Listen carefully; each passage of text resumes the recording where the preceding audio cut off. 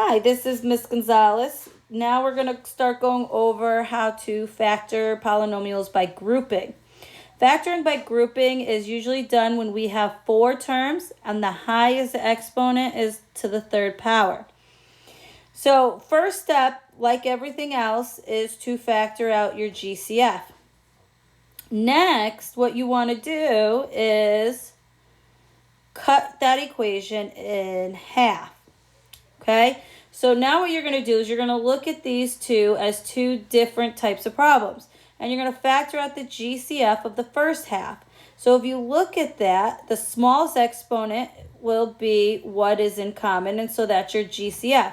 On all of these examples, you are always going to be taking out an x squared. You might also have a coefficient with it, but you should at least be taking out x squared. So now what would that be factored out? So remember, division is subtraction, so that's 3 minus 2. So this would be x to the first power. 6, because I didn't take out a number with it.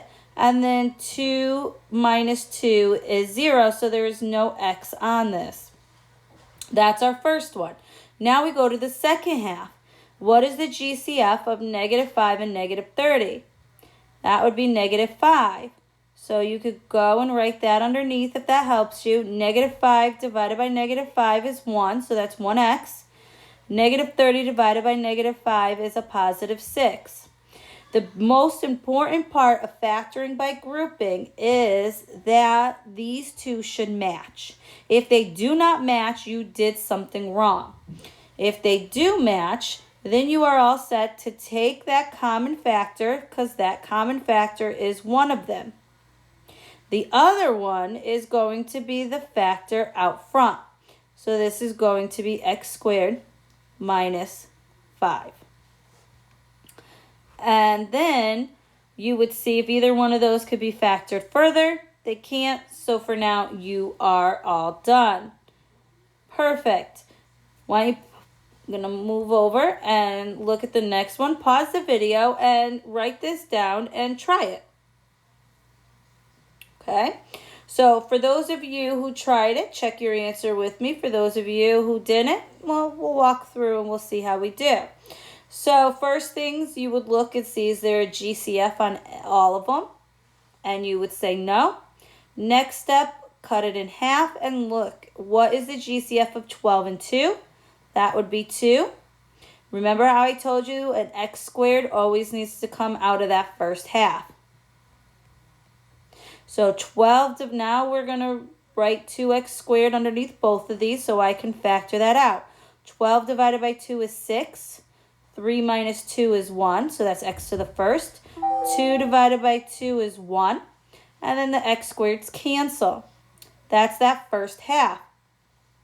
Second half, what is the GCF of negative 30 and negative 5? That is going to be negative 5. So underneath, you write negative 5. Negative 30 divided by 5 is a positive 6x. Negative 5 divided by negative 5 is a positive 1. So again, let's make sure, did my parentheses match? Yes, so I did things correctly. Perfect. So I'm going to write 6x plus 1 as one of my factors. And then I'm going to combine those two together. So that is 2x squared minus 5. That is my next set of parentheses. I would look to see if any of those could be factored further. They can't, so I'm all done. Last example. Again, what I would like you to do is pause the video. Try this problem out. Now let's check it together before you go do some examples you're going to submit to me. So, is there a number I could divide all of it? Nope. So now I am going to look at the GCF of the first one. 8 and 64. 8 goes into both. Always need that x squared out in front. So I'm going to divide both of these by x squared. 8 divided by 8 is 1. 3 minus 2 is 1, so it's x to the first. Negative 64 divided by 8 is negative 8. X squareds will cancel. There's your first half. What is the GCF of the next one? Well, 1. So, and it's a positive one, so I'm going to write a 1 because I do need a placeholder here. And then I'm going to have x minus 8. And notice they match. Perfect, so I did it correct. That is going to be x minus 8. I'm going to circle what's left because those two are going to be put together for the factor out in front. Please try the next couple of slides and submit your answers to me. Let me know if you have any questions.